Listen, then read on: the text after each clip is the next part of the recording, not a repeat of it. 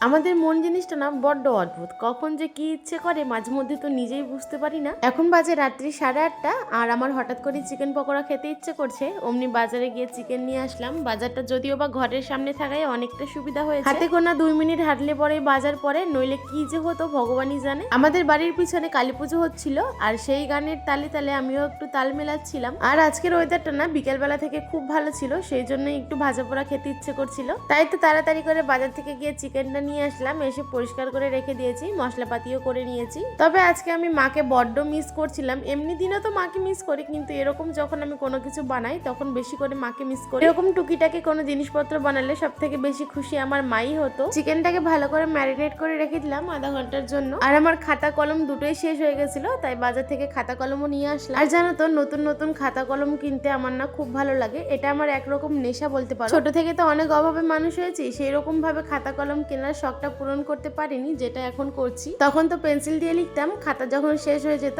আবার সেগুলোকে রাবার দিয়ে মুছিয়ে সেগুলোর উপর আবার নতুন করে লিখতাম। তবে হ্যাঁ, সংসারে অভাব থাকলেও কিন্তু আমার কোনো চাওয়া পাওয়া আমার মা বাবা অপূর্ণ রাখেনি। তোমাদের সঙ্গে কথা বলতে বলতে আমার চিকেন পকোড়াও রেডি হয়ে গেছে, সুন্দর মুচমুচে করে ভেজে নিয়েছি, একটুখানি পেঁয়াজ আর শসাও কেটে নিয়েছি। এখন এগুলোকে খাওয়ার পালা, কিন্তু মাকে বড্ড বেশি মিস করছি। মিসু মা।